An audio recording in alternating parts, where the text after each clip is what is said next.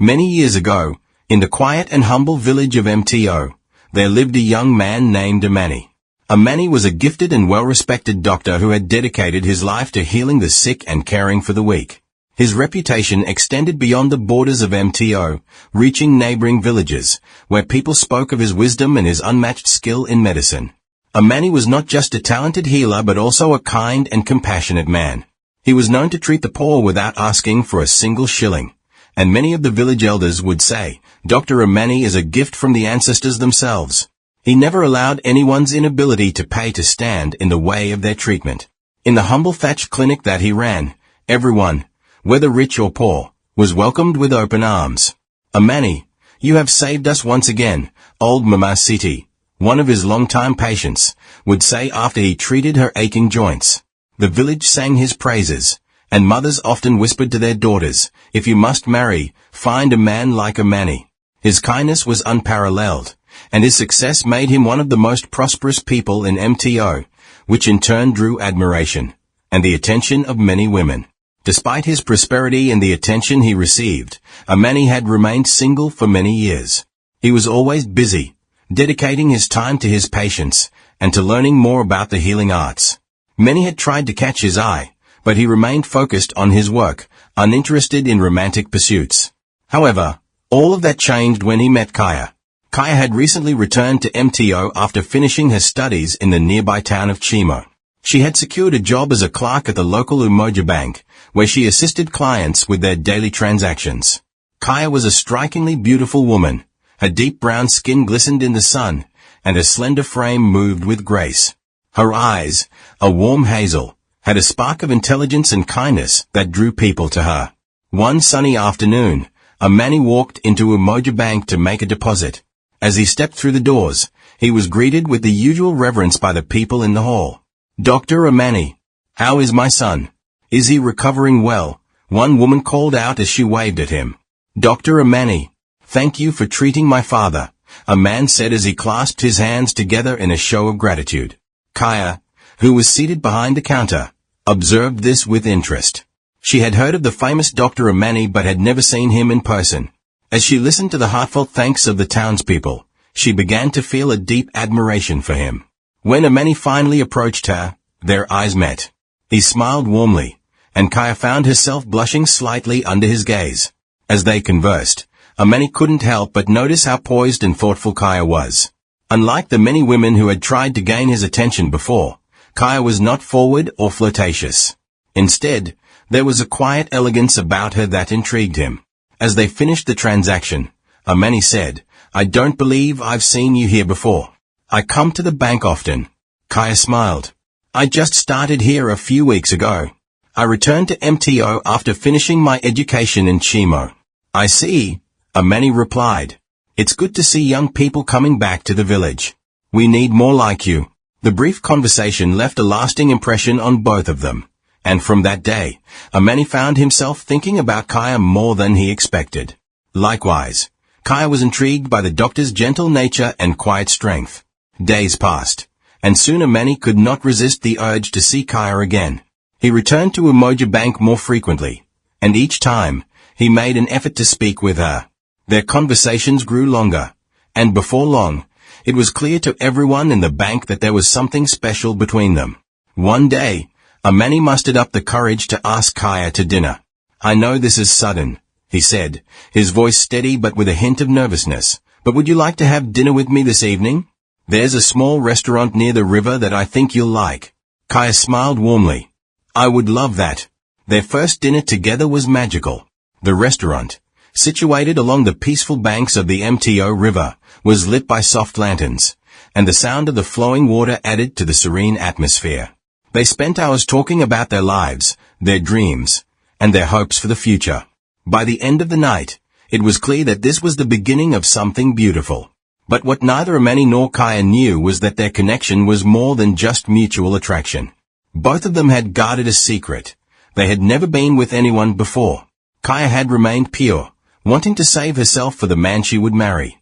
And Amani, despite the attention he had received from many women, had always focused on his work and had never ventured into romantic relationships. As their relationship deepened, they confessed this to one another. Kaya, with a nervous voice, told Amani one evening, "I need you to know. I've never been with anyone before. I've waited for the right man." Amani smiled gently. "Neither have I. I wanted to wait for someone special, and I believe that someone is you." Their love blossomed, and soon, they began planning their wedding. Everyone in the village was excited for the union, as Amani and Kaya were seen as the perfect match. As preparations for the wedding began, Kaya ventured into the bustling market of MTO to find her perfect wedding gown.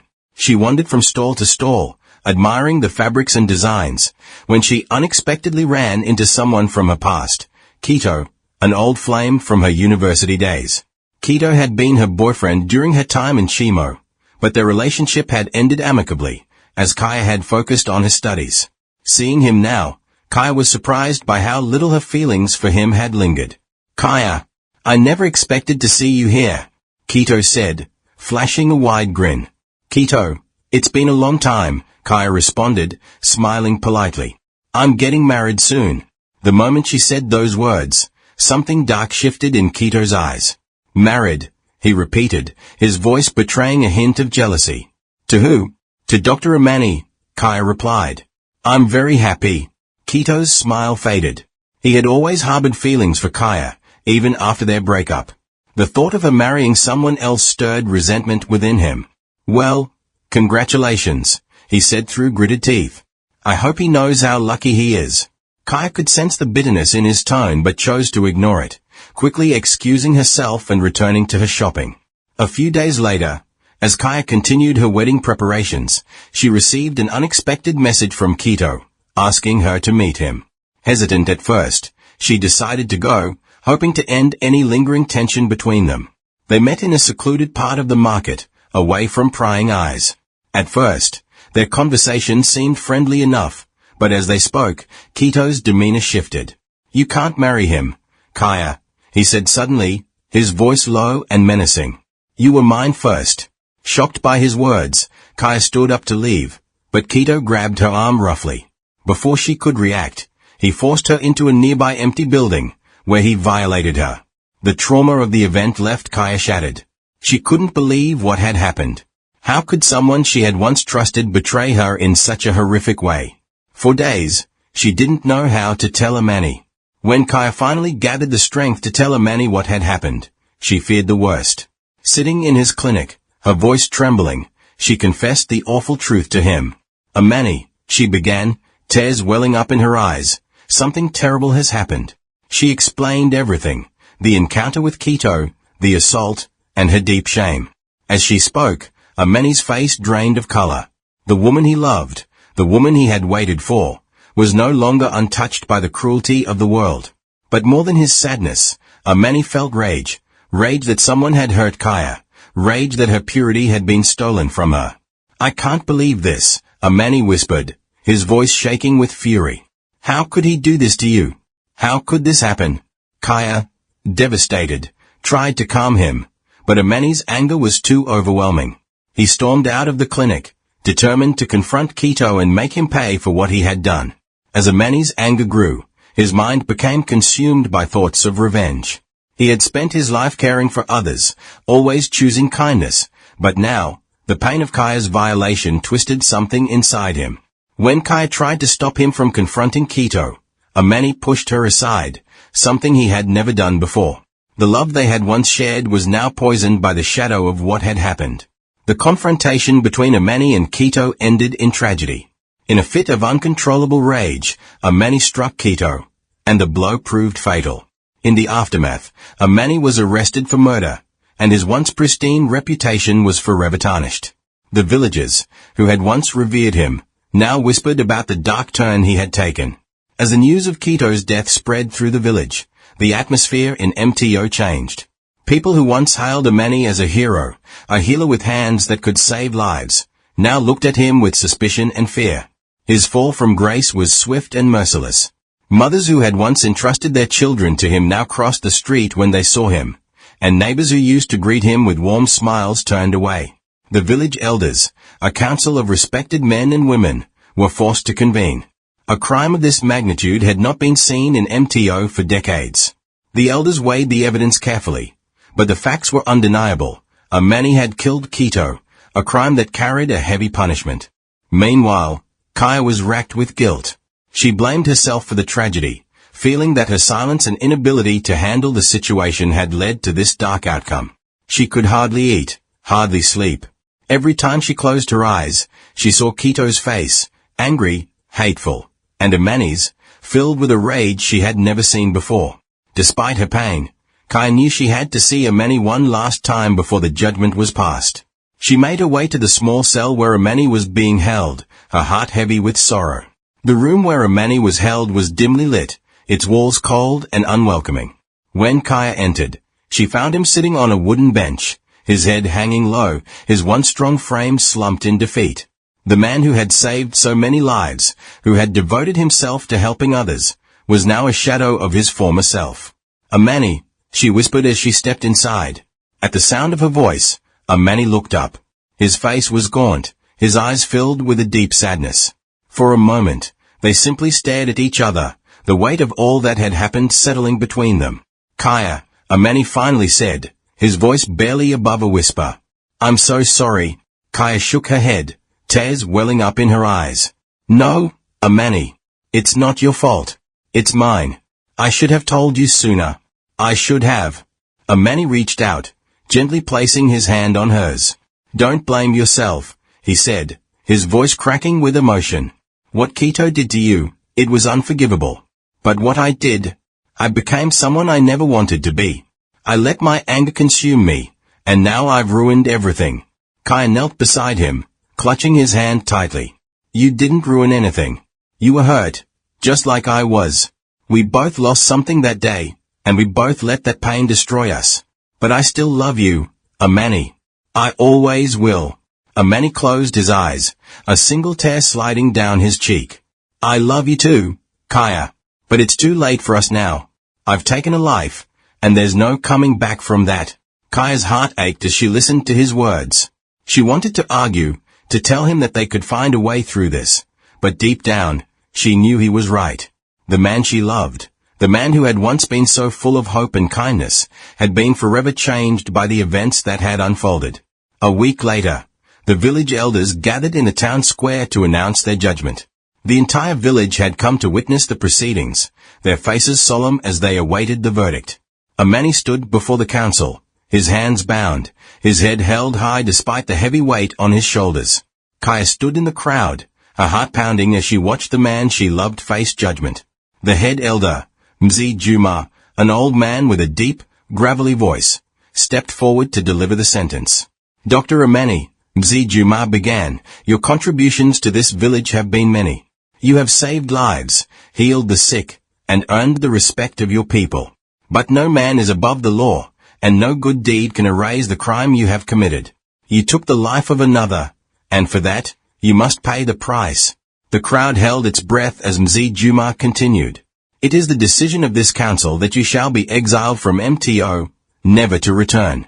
You are hereby stripped of your title as a doctor, and you are forbidden from practicing medicine in any village under our jurisdiction. You have until sunset to gather your belongings and leave. A collective gasp swept through the crowd. Exile was a fate worse than death for many, a life of isolation and shame. Kaya felt her knees go weak as the words echoed in her ears. Exile. She would never see Amani again. Amani, for his part, remained stoic. He had expected this. In his heart, he knew that exile was a merciful punishment, one he did not deserve. But the reality of it still cut deep. As the sun dipped low in the sky, casting a golden glow over the village, Amani packed his few belongings into a small sack. The clinic, once filled with the bustling sounds of patients and the clinking of medicine bottles, was eerily silent. He ran his fingers over the worn wooden table where he had spent countless hours mixing herbs and remedies, memories flooding back to him. Before he left, Kai came to see him one last time. She stood at the door, her eyes red from crying. Amani, she whispered, her voice trembling, please don't go. I have to. Kaya, he replied softly. There's nothing left for me here. I've caused too much pain. Kaya stepped forward, her hands shaking as she reached for him. I don't care what they say. I'll go with you. We can start over somewhere else. We can. Amani shook his head, cutting her off gently. You belong here, Kaya. This is your home. You have your family, your friends, your future. Don't throw it all away for me. Tears streamed down Kaya's face as she pleaded with him. But I love you. His heart broke as he looked into her tear-filled eyes. He loved her more than anything in the world, but he knew that staying together would only bring more pain. He had made his choice, and now he had to live with the consequences. I love you too, he said, his voice barely a whisper. But sometimes, love isn't enough. With that, Amani turned and walked away, leaving behind the only life he had ever known. Years passed, and the memory of Dr. Amani faded from the minds of the villagers in MTO. Life went on, as it always did, and new doctors came to take his place. But for Kaya, the wound never fully healed. She continued to work at Umoja Bank, her days filled with routine, but her heart was heavy with the loss of the man she had loved. Amani, now a wanderer, traveled from village to village, offering his skills as a healer to those in need. Though he had been stripped of his title, he could not abandon the calling that had defined his life. In each village he visited, he worked quietly, never staying long enough for anyone to learn his name or his past. Over time, he found a measure of peace in his new life.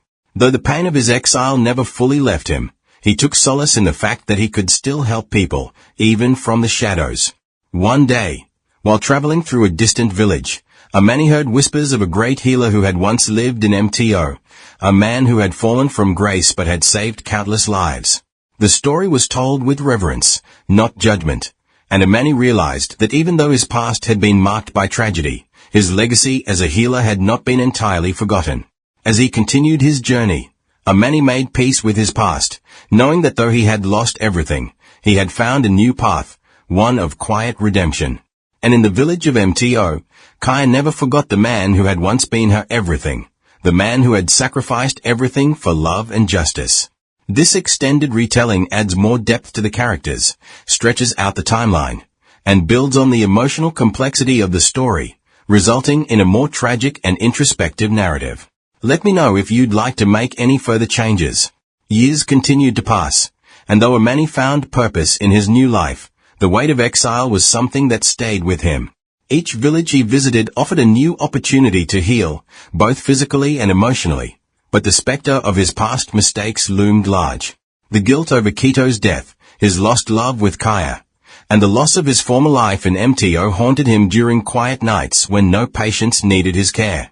In his travels, Amani encountered all sorts of people, farmers, merchants, children, and elders alike.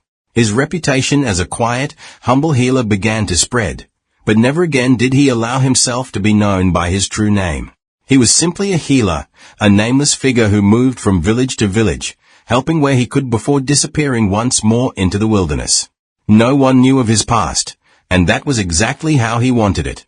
One day, while resting in a small, remote village near the Kando Hills, Amani came across a group of children playing near a stream.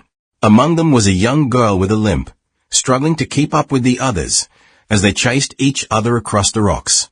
She stumbled, falling into the shallow water with a cry. Amani rushed forward, helping her to her feet. Her leg, twisted and bent from what looked like a long-ago injury, caught his attention immediately. The girl's name was Safi, and she told Amani that she had been born with the deformity, making it difficult for her to walk and play like the other children.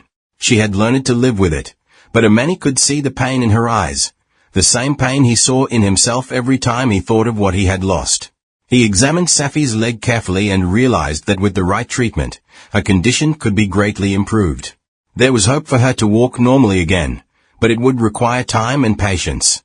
Amani, feeling a rare sense of purpose beyond his usual fleeting visits, decided to stay in the village longer than usual. He began to work with Safi every day, crafting braces for her leg from simple materials, and using his knowledge of herbal medicine to ease her pain. As the weeks passed, Safi's condition improved. The limp lessened, and for the first time in her life, she was able to run alongside her friends without falling behind. The transformation was not just physical. It brought Safi a joy and confidence she had never known before. The villagers, too, began to notice the change, and word of Amani's skill spread quickly. They came to him with ailments, old and new, and he treated each one with care and compassion. Slowly, without meaning to, Amani became a part of the community. But even as the village embraced him, Amani remained distant, never letting anyone get too close. He knew that his time here was temporary, as it had been in every other village. One rainy afternoon, while Amani was treating a feverish child in a nearby village, he overheard two women discussing news from MTO. His heart skipped a beat as they mentioned Kaya's name. It had been years since he last heard any news from the village he once called home, and even the thought of Kaya brought a flood of memories rushing back. He couldn't resist approaching the women. "Excuse me," he said softly. "I couldn't help but overhear. You mentioned Kaya, from MTO." The women exchanged glances before nodding. "Yes, Kaya. Everyone knows her," one of them said. "She's done well for herself after all these years. She's married now, with 2 children. Her husband runs a successful business in MTO. They are well respected in the village." Amani felt as if the air had been knocked from his lungs. Kaya, married. It shouldn't have surprised him. So much time had passed, after all. But hearing it confirmed was still a blow. She had moved on, built a new life for herself, one that no longer included him. "Do you know her?" the other woman asked, curiosity in her eyes. Amani hesitated for a moment before shaking his head. "No, just heard of her," he murmured, his voice distant. "Thank you." As the women walked away, Amani stood in the rain, the weight of everything he had lost pressing down on him. He had always known this day would come, that Kaya would move on, but knowing it didn't make it any easier. The love he still carried for her felt like a burden, one he would never be able to put down. Despite the pain that Kaya's news brought him, Amani continued his work. Over time, he became more involved with the village where he had treated Safi. He stayed longer than he had in any other place, and for the first time in years, he began to feel something like peace. The villagers respected him, and the children adored him. Safi, in particular, had become like a daughter to him, her bright smile and determined spirit a constant reminder of the good he could still do. But the peace Amani had found was fragile. One evening, while sitting by the fire with the village chief, Bwana Kito, the conversation turned to justice and forgiveness. The chief, unaware of Amani's past, spoke of a healer from MTO who had once been exiled for taking a life. "They say he was a good man once," Bwana Kito said, his voice low. "But he let his anger consume him. Now, no one knows where he is. Perhaps he's found peace somewhere, or perhaps he wanders, forever tormented by his past." Amani stared into the fire, the flames reflecting in his eyes. He knew that the story Bwana Kito told was his own. He had been that man, consumed by anger, and though he had found a measure of redemption through his work, he knew he could never truly escape his past. That night, Amani made a decision. He could not continue running from his past, nor could he hide behind the work he was doing. He had to confront what he had done, to make peace with it if he ever hoped to find true redemption. After much deliberation, Amani decided to return to MTO. He didn't know what awaited him there, whether he would be welcomed or shunned, but he knew he had to face the place where everything had fallen apart. The journey back to MTO was long and arduous. As he approached the familiar village, memories flooded back. The streets, the clinic, the faces he had once known, they all felt both foreign and familiar at the same time. When Amani finally stepped into the village square, the people of MTO stared at him in shock. Some recognized him immediately, while others whispered in confusion, unsure if it was truly the man they had once known.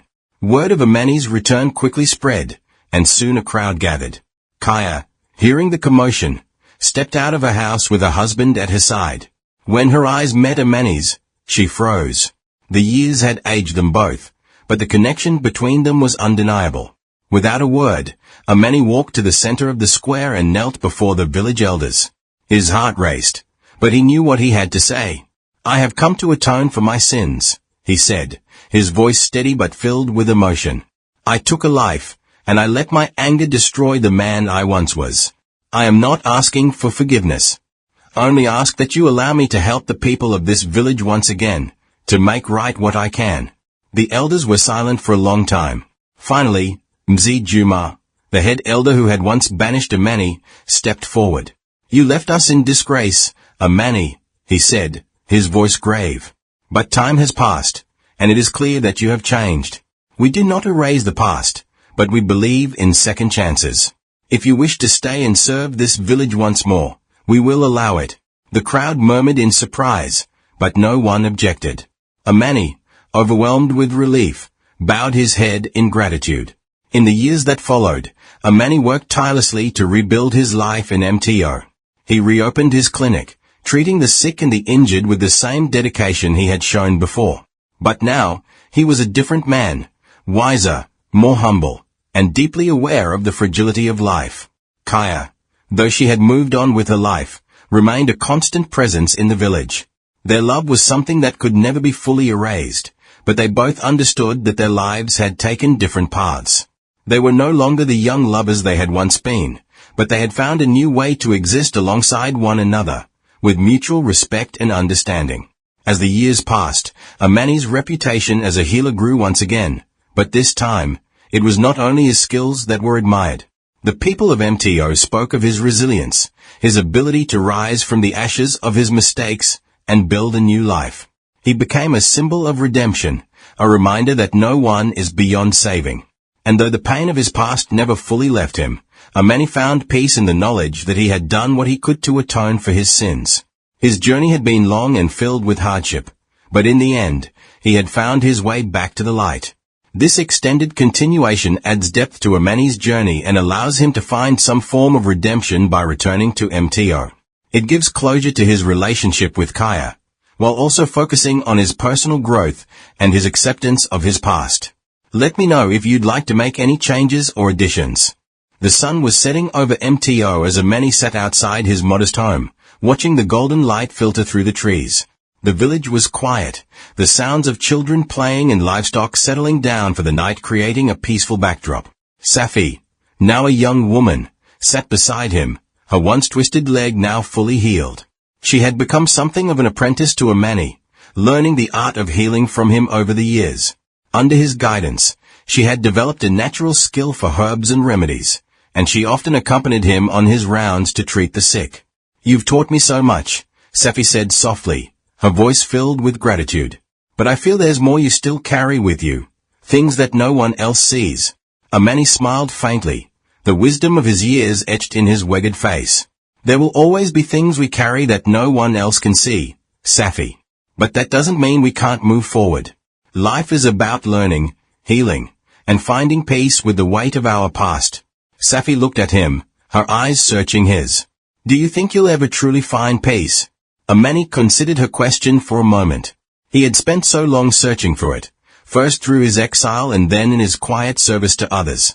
In some ways, he had found peace, in the knowledge that he was doing good, that he was helping others in ways he hadn't before. But the scars of the past, especially the guilt over Kito's death, would always remain. "Peace is not something you find," he said finally.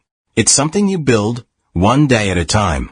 It's in the work you do, the lives you touch, and the way you choose to live. I don't think peace is ever a destination. It's the journey itself." Safi nodded, taking his words to heart. Amani had become more than just a teacher or healer to her. He was the father figure she never had. His journey was one of redemption, not just for the people he helped, but for himself as well.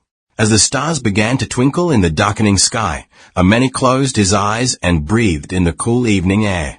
There was still work to be done, but for the first time in his life, he felt that he could truly rest. His past no longer defined him. He had found a new way to live, a new legacy to leave behind, not as a fallen healer but as a man who had risen again. Years after Amani's passing, the village of MTO still spoke of him, not as the man who had been exiled but as the healer who had returned to offer his gifts once again. The clinic he had reopened flourished, with Safi at its helm. Under her guidance, the next generation of healers learned the skills that Amani had passed down, and the villagers knew that his spirit lived on in the work they did.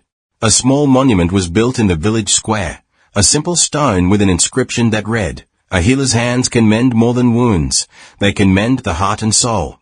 Amani's name became a symbol of redemption, a story told to children to remind them that no mistake is too great to overcome, and no journey too long to find one's way back to where they belong. His legacy was not just in the lives he saved, but in the lives he changed, both in MTO and beyond. And though the man himself was gone, his story lived on, a quiet echo in the hills of MTO, where the healer once walked, and where his spirit would forever dwell. Amani's journey was not an easy one, but it was a testament to the power of forgiveness, resilience, and redemption. Though his mistakes haunted him, his ability to rise from the depths of despair and find a new way to serve others speaks to the strength of the human spirit. His story, like the healing he offered, shows that even the most broken among us can mend, not just others, but ourselves as well. This epilogue ties up the emotional arc, bringing closure to Amani's journey and leaving behind a legacy of healing that transcends his personal struggles. It suggests that while peace is not a final destination, Amani's life after redemption allowed him to make peace with his past. Let me know if you'd like to explore any more aspects of the story.